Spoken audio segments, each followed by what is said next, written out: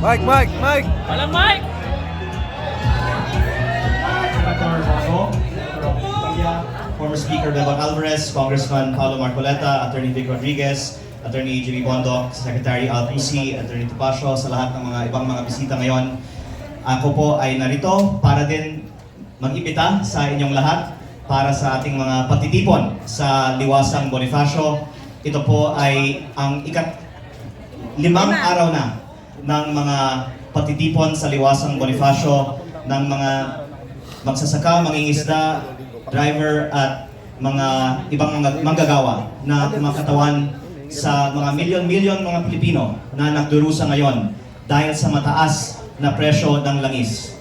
Ang ating krisis sa ating ekonomiya ngayon ay hindi lamang nag-aapekto sa ilang mga sektor o ilang mga kulay ng ating mga beliefs. Ito po ay nag-aapekto sa lahat ng mga Pilipino. Kaya maganda din ang Rage Coalition dahil it brings together people from different backgrounds, different beliefs para magkaisa sa isang panawagan para magkaroon ng pagbabago sa ating bansa. At ang pagbabago ay lalong kinakailangan ngayon dahil sa krisis sa ating ekonomiya. Ako po ay nagpapasalamat din kay Mayor Baste dahil sa kanyang imbitasyon sa amin noong March 28 sa Araw ng Davao. At noong March 28, sinabi ko po na lahat ng mga taga-Davao na gustong pumunta sa Maynila ay iniimbitahan natin at mag-aarkila tayo ng mga barko para lahat. Mukhang nandito na ang ating first batch. So, sana dumami pa tayo dito ngayon. Pero marami din mga nagsabi na bakit ang mga taga-Davao lang ang pwedeng pumunta sa Maynila.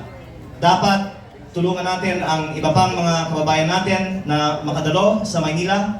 At nagsimula po tayo na ngayong linggo para sa aking mga kababayan sa Batangas na nasa Liwasang Bonifacio na.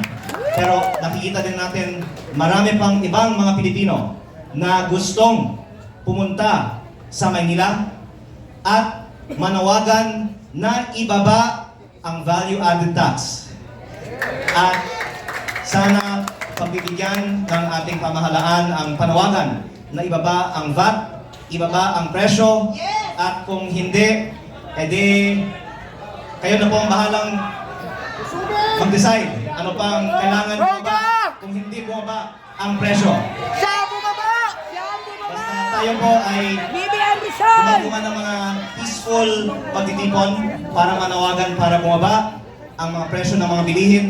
At bilang mga representante sa Kongreso kasama si Congressman Paulo Marcoleta at ang ating mga magagaling na mga senators ng PDP Laban, tayo po ay mag-focus sa ikabubuti ng mga ordinaryong Pilipino na ngayon ay humaharap sa napakatinding krisis sa ating ekonomiya. Kaya sana tulungan din nating iparating ang kanilang mga damdamin sa ating nasyonal na pamahalaan na kailangan gumawa ng mga mas seryosong aksyon para pababain ang presyo ng langis. Maraming salamat po sa inyong lahat.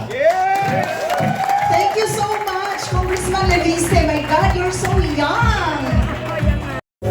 Isang mapagpalang hapon po sa ating lahat. Kumusta po kayo? Ayos na, sir! Tulad po ng ipinapanawagan ni Congressman Leviste, pwede po tayo pumunta sa Liwasan mamaya. Kahapon po, nandun kami. At huwag po kayo magalala sa init, pina-aircon po ni Congressman ng Liwasan. Kung may problema kayo sa pagkain, walang problema sa pagkain. Tubig, meron rin tayong tutulugan doon. Meron tayong patent si Congressman Leviste. Kailan lang doon, warm bodies. Ano, maasahan ko ba ang inyong commitment? Oo, grabe naman, may effort na nga si Kong Leviste. Bigyan naman natin ng suporta. Ito naman mapayapang pagkikilos lang naman. Para iparating sa administrasyon ng ating hinaing na hindi na natin makaya itong parusang ginagawa nila sa patuluyang pagtaas ng presyo ng petrolyo. Ayan, nag-announce na si Energy Secretary Sharon Garin. Meron na daw 20 pesos rollback sa diesel. Happy na ba kayo doon? 9 pesos rollback sa gasoline. Happy na ba kayo doon?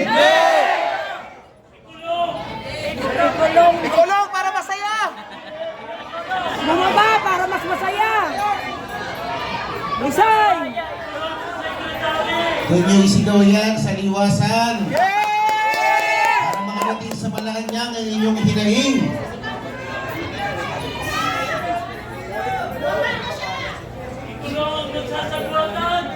Ayan, sa araw po ng bukas, magkakaroon po ng resumption ng joint hearing ang Committee on Ways and Means kasamang 12 pang komite para ipatawag ang mga oil companies. Kasama na sila bukas.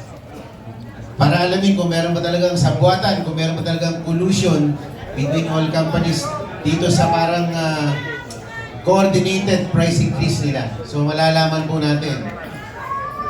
Ano yun? Ha? Meron! Anong meron? Sabuatan! Ano? Sabuatan! Meron. Oh. Yung mga nasa liwasan daw. Salamat, Darlene Kylie. Pupuntahan ang batasan bukas. Gusto nyo ba yun? Pangalawin sa kanila ang ating galit, ang ating puot sa kanilang pinaggagawa. Anyway, isa pong karangalan po sa akin para maimbitahan dito sa napakagandang pagtitipon na pinangungunahan po ni Mayor Baste Duterte. Salamat po sa kanyang presensya at pinagbuklod-buklod niya tayo. Nung ako'y nasa Japan nung Holy Week, ako'y humarap din sa mga OFW communities doon, mga organizations. Napakarami din pala nila ng mga iba't ibang organisasyon. May Maisog Japan. Merong Attorney Topacio Forever Fans Club.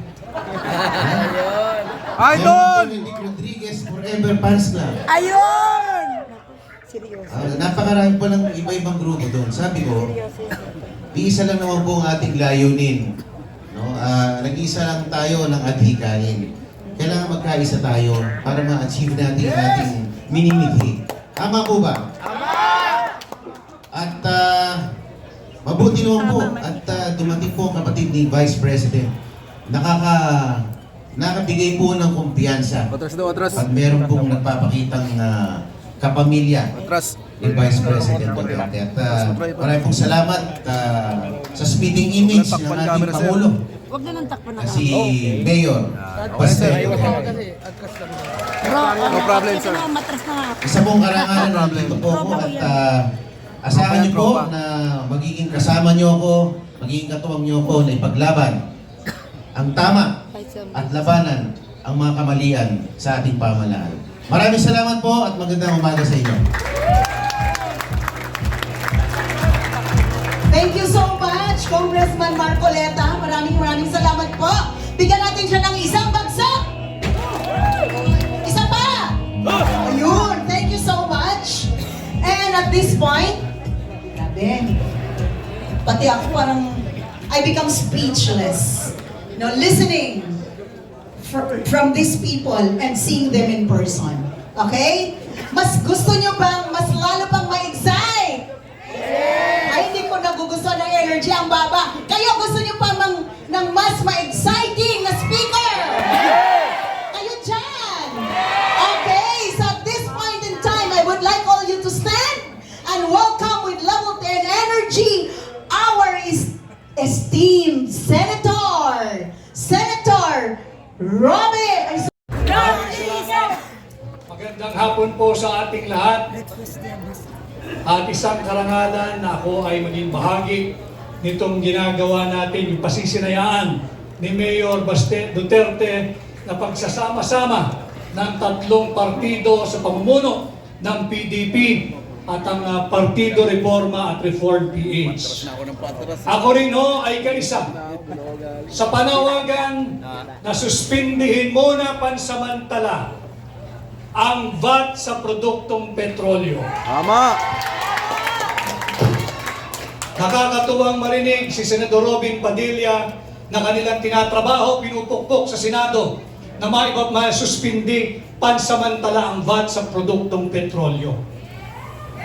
Huwag ho nating tatanggapin yung paliwanag ng Marcos Jr. Administration na 320 billion pesos ang mawawala pag sinuspindi ang VAT sa produktong petrolyo.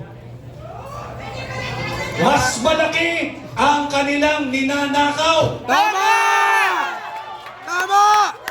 Bakit pag mali-malitang pera ang ipinamimigay, bakit pag kurakot at korupsyon pwede, pero pag konting luwag at kaginhawaan sa ordinaryong Pilipino, pinag-iisipan pa? Wala silang nanakawin! Maiksi lamang ho. Kung gusto, may paraan. Kung ayaw, maraming dahilan. Ang patunay ho niyan, nung panahon ni Presidente Rodrigo Roa Duterte, nagkaroon po tayo ng Metro Manila-wide lockdown March 15, 2020. March 17, 2020, Luzon-wide lockdown. March 24, pasado na yung Bayanihan 1 na nagbibigay ng ayuda sa mga naapektuhang Pilipino. Isang linggo mula lockdown, pasado na yung Bayanihan 1. Tayo po, isa't kalahating buwan na ang digmaan sa gitnang silangan. Bongbong Marcos, absent pa rin! Kanya ito pong binubuong koalisyon, ang Rage Coalition, nagmumula po ito sa outrage ng bawat Pilipino. At sa pamumuno ni Mayor Baste Duterte, sir, maraming salamat. Pagsama-samahan po natin ito, kung ano man po ang ating mga grupo, sama-sama po tayong labanan ang malawakan, laganap at talamak na kurakot at korupsyon sa ilalim ni Bongbong Marcos. Magandang hapon po, maraming salamat at kaysa ninyo ang hampang ng maisog. Thank you so much. Yung sa energy? Okay, so at this point, I'd like to call on stage the former Speaker of the House and the President of Reforma, no other than Mr. Bebot Alvarez. Give him a level 10 welcome! Idol ko yan! Idol ko yan! Idol ko yan! Basta mga Duterte, kilala. Speaker yan eh. Magandang hapon, bayan! Magandang hapon, sir! Magandang hapon po sa ating lahat na nandito ngayon. Makasama, unang-una, gusto ko lang pasalamatan ang tao nang dahil sa kanya ay nandito tayo lahat ngayon. Siya ang nagbukas ng pintuan para sa pag-uunawaan at pagkakaisa. Mga kaibigan, palakpakan po natin Mayor Sebastian Baste Duterte. I love you, Mayor! I love you! Duterte! Duterte! Duterte! I love you, Mayor! Mayor Baste, nandito lang kami! Bago po tayo magkaisa, kinakailangan talaga magkaunawaan muna tayo. Hindi naman lahat ng bagay ay magkasundo tayo, pero unawain natin ang bawat isa. Meron lang tayong isang layunin. At ano ito? Para tulungan harapin ang krisis na hinaharap ng taong bayan sa ngayon. Mabigat itong krisis na ito. Mas mabigat pa itong krisis na ito kaysa krisis noong COVID. Mahirap talaga. Ang inaalala ko, kami, like Mike Defensor, Mayor Baste, ang inaalala namin, ang Metro Manila. Bakit? Ang Metro Manila ang unang tatamaan ng matindi ng krisis na ito. Kung iisipin natin, Metro Manila is highly dependent sa mga probinsya sa supply ng pagkain. Ngayon, kung wala ng transportasyon dahil mahal ang diesel at fuel, paano makakarating ang pagkain dito sa Metro Manila? Gutom ang tao. Ngayon, kapag gutom ang tao, kahit marami kang pera, hindi po pwede. Magkakaroon ng riot dito, riot doon, chaos dito, chaos doon. Magulo yun. There will be violence. Ayaw natin mangyari yan. Kami sa Mindanao, hindi naman kami masyadong tatamaan siguro dahil self-reliant ang Mindanao. May pagkain, kumpleto. Pero ang inaalala namin, yung Metro Manila, dahil marami din ang mga taga Mindanao, kapatid natin na nasa Metro Manila ngayon, dahil nandito nga lahat ng oportunidad sa Metro Manila. Kaya nagsapalaran sila dito. So, kinakailangan talaga magsama-sama tayo, magkaisa tayo para harapin ang problema nito. Kagaya nga ni sinabi ni Mike Defensor, mabuhay ang sambayanan. Mabuhay ang mga Pilipino. Mabuhay ang mga Pilipinas. Nayawa na. Pati ako nahawa na sa mga Pilipinas nito. Pinatamaan mo na naman. Aray mo. Wala naman ako sinisinghot. Bakit ako ng mga Pilipinas? Aray. Aray. Aray mo. Yan si Mike. Tinuro na naman. Maalala ko, pumasya kasi si Mike sa Davao. Ngayon, sabi ko, ano kaya nakain ito? Dahil matagal kami hindi nagkita ni Mike. Ang huling pagkikita namin ni Mike, noong nagsama kami para pababain yung dating Pangulo, si Joseph Estrada. Doon kami nagsama. Ngayon, sabi ko, ano na naman kayo iniisip nitong Mike Defensor na to? So, nandun ko sa Davao. Pinaliwanag niya sa akin kung ano. Kaya, nagkasundo naman kami. Ako, si Mike Defensor at si Mayor Baste. Kaya, yun ang dahilan kung bakit nandito tayo ngayon. Kaya isang palakpak o isang bagsak para kay Mike Defensor.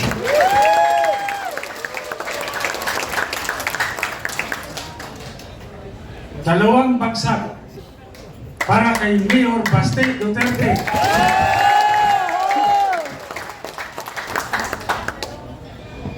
Maraming salamat sa inyo at sana patuloy na magsama-sama tayo.